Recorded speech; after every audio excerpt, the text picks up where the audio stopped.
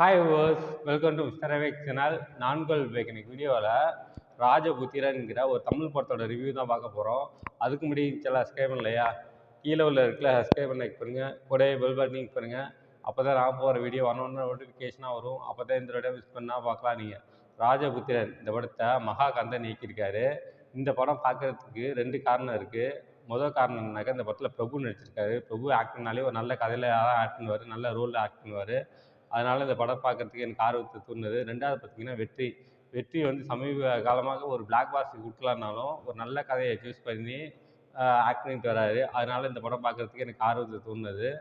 இப்போ அவங்க இந்த படத்தோட கதை என்னன்னு பார்ப்போம். இந்த படத்தோட கதையை பார்த்தோம்னாக்கா, படத்தில் ராமநாதபுரம் ஒரு கிராமத்தில் உண்டியல் பிஸ்னஸ் பண்ணிகிட்டு இருக்கான். பிளாக் பண்ணியை ஒயிட் பண்ணியாக மாற்றுறது.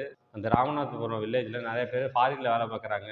அவங்க அவங்க அனுப்புகிற பணத்தை வில்லை எடுத்துக்கிட்டு வில்லன்கிட்ட உள்ள கருப்பு பணத்தை யார் வீட்டுக்கு அனுப்புகிறாங்களோ அந்த வீட்டில் போய் சேர்த்துறாரு வில்லன். படத்தில் பிரபு தன்னோட பையன் வெற்றியை வேலைக்கே போகாமல் பார்த்துக்கிறாரு, ரொம்ப நல்லாவே பார்த்துக்கிறாரு. ஆனால் வெற்றி வந்து அப்பாவுக்கு நம்ம எதாவது ஹெல்ப் பண்ணணும்னு சொல்லிட்டு ஏதாவது அவருக்கு தெரியாமல் வேலை பார்க்கணுங்கிறதுக்காக வில்லங்கிட்ட போய் வேலைக்கு செய்கிறாரு.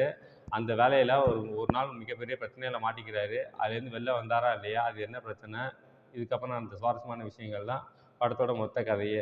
இந்த படம் வந்து ஒரு நல்ல கதை தான், பட் அதை ரைட்டிங்கில் வந்து சொதப்பி வச்சுட்டாங்க. இந்த வில்லர் ரோல்லாம் இன்னும் ஸ்ட்ராங்காக டிசைன் பண்ணியிருந்தாக்கா அந்த படம் வந்து ஒரு வேறு லெவலில் இருக்கும், ஒரு ஆவரேஜாக இருந்திருக்கும். பட் இப்போ வந்து ஒரு பிலோ ஆவரேஜில் தான் இருக்குது இந்த படம். இந்த படத்தில் வந்து வில்லை வந்து ஒரு நிறையா ஒரு மாஸ் காட்டுற மாதிரி ஆக்ட் பண்ணியிருப்பார். எப்போ பார்த்தாலும் சுருட்டு குடிச்சிக்கிட்டு ஒரு மாதம் ஆக்ட் பண்ணுறதா ஆக்ட் பண்ணியிருக்காரு. பட் அவர் அந்த ஆக்டிங் வந்து சுத்தமாக ஒர்க் அவுட்டே ஆகலை இந்த படத்துக்கு. இந்த படத்தில் வந்து உண்மையான வில்லன்னாக்கா லிவிங்ஸ்டன் தான். லிவிங்ஸ்டன் வந்து வில்லனுக்கு கீழே வந்து ஒரு நம்பிக்கையான ஆளாக இருந்து அவர் தான் எல்லா பிஸ்னஸையும் பார்த்துப்பாரு. அவரோட வில்லத்தனம் வந்து ரொம்ப நல்லா இருந்துச்சு, லிவிங்ஸ்டனோட வில்லத்தனம். ஆனால் நிஜ வில்லனோட ஆக்டிங் வந்து ரொம்ப மொக்கையாக இருந்துச்சு. அவருக்கு வந்து அந்த வில்லன் ரோலே எடுக்கலை அப்படின்னு தான் சொல்லுவேன், அந்தளவு இருந்துச்சு. அடுத்து இந்த படத்தில் வந்து மன்சூர் அலிகான், அவரும் வில்லத்தனம் பண்ணுறாரா காமெடி பண்ணுறாரான்னு அவருக்கே தெரில.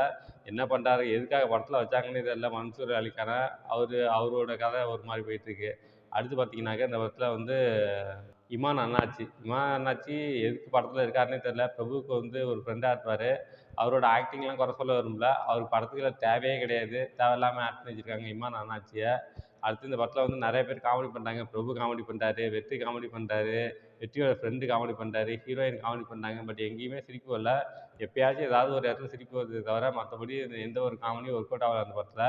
இந்த படத்தில் வந்து பொதுவாகவே தமிழ் படம்னாக்க ஹீரோயின் இருப்பாங்க, 2 பேர் லவ் பண்ணுவாங்க, அவங்க ஒன்று சேர்ந்தாங்களா இல்லையாங்கிறது தான் தமிழ் சினிமாவோட பேட்டர்னு. அதே பேட்டர்ன் இந்த படத்துலையும் ஃபார்ம் பண்ணியிருக்காங்க.